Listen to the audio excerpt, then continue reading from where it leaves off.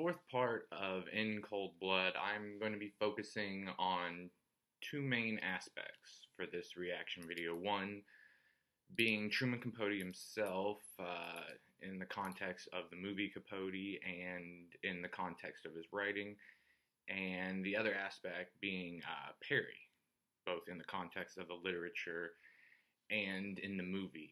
I watched the movie before I did the reading, mainly just because since we were only doing the first part of part four, I actually wanted to see what happened at the end of the book if I didn't get a chance to get all the reading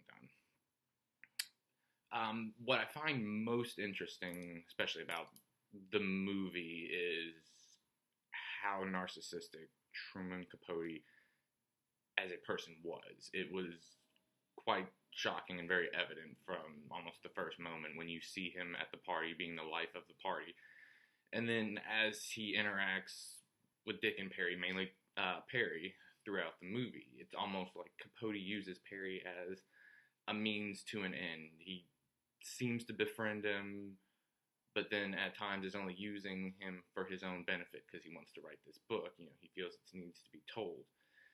While Perry he views him as a true friend, and Perry seems throughout not only the movie but also the novel to constantly want this sort of friendship and bond.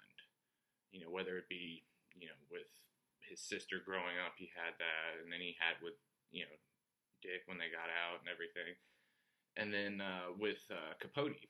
In the movie, he was constantly longing for this sort of friendship, but it wasn't necessarily reciprocated with Capote. But I find it very interesting with both Capote and Perry is the dynamic where Capote says, we're a lot alike.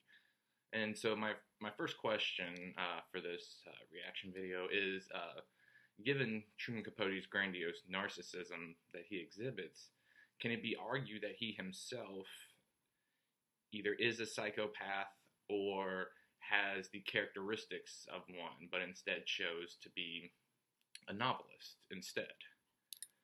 I find that was like the one glaring thing I took away from the movie. The other part of the movie, which since I watched the movie and then started reading the book, was Perry's sexuality.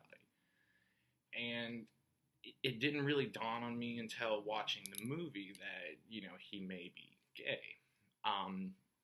But now it's very evident, going back and looking at all the other parts where Dick's calling him honey, calling him baby. I didn't think anything of it. And now looking back on it, I feel like that's a way of emasculating. And I sort of wonder, for my second question, given Perry's sexuality and the time and place that they were in, since it was not a widely accepted thing, how much of that, fueled his anger and his rage and his violence against other people, feeling that they wouldn't understand him or, accept him. And so I sort of wonder that, because up until this point in the novel, I had made a distinction that Perry was, the victim of a violent, upbringing and past, and that, his aggression and violence was physically driven. Whereas Dick's I viewed was more psychological with, the possible head trauma from the vehicle accident and everything else, and the PTSD that probably comes with that. So I just assumed that one was physically driven, one was mentally driven, and that was it. But now it seems like Perry's was driven by both. So it really seems like he has I guess he's got the physical trauma, but he also has the emotional trauma, because he says at one point, talking about how it's almost like displacement, I guess. Him killing that family was his way of taking out his rage on those who had abused him as a kid. The nuns who beat him, family members that had wronged him, pretty much just anyone. His anger had finally got to a boiling point, and spilled over and he finally got to take out that aggression. But it was unfortunately taken out on innocent people. So going back to the film, I do find it very interesting. The whole, once they're on death row, it almost seems like Perry resigned. Like he accepted his fate. And it seemed like that in both the movie and the novel that way, because it almost seems like he wanted to finally be at peace. He did the whole hunger strike, and seeming like, Dick thought he was trying to make a case for, the insanity plea, but after having put both together, I feel like it's more, he was ready to go. He had had a tough life, from childhood till then, and he was just done with it.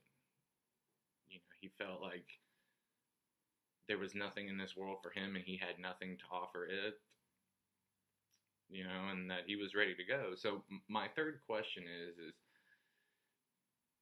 given Perry's death sentence, how much of that do you think did that put his mind to ease, knowing that it was finally all going to be over?